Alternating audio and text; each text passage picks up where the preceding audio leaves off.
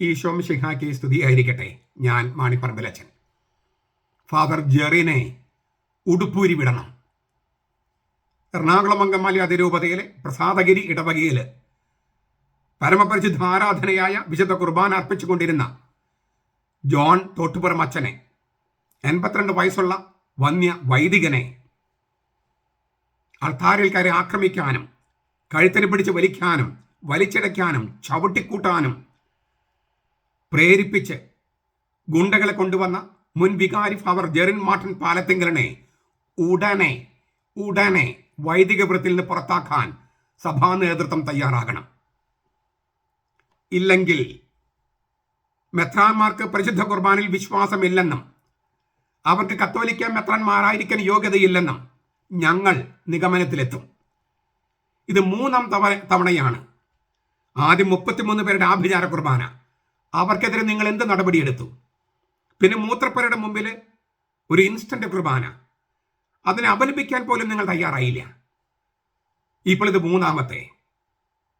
ഇവയിലേതെങ്കിലും ഒരു കാര്യം സഭാവിശ്വാസികൾക്ക് ബോധ്യം വരുന്ന തരത്തിൽ ശരിക്ക് അപലപിക്കാനോ നടപടിയെടുക്കാനോ മെത്രാന്മാർക്ക് കഴിഞ്ഞിട്ടില്ല.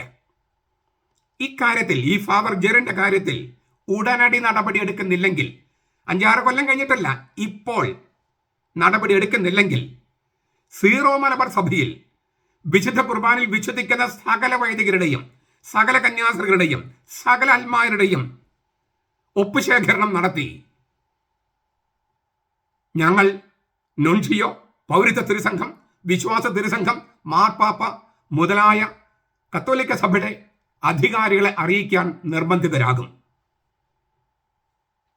പരിശുദ്ധ കുർബാനിൽ വിശ്വസിക്കാത്ത മെത്രാന്മാർ ഞങ്ങൾക്ക് വേണ്ട എന്ന് ഞങ്ങൾ ശക്തമായി അറിയിക്കും. മെത്രാന്മാർ ഇത് കേൾക്കുമെന്നും ഉടനടി നടപടിയെടുക്കുമെന്നും ഞങ്ങൾ പ്രത്യാശിക്കുന്നു, അപേക്ഷിക്കുന്നു.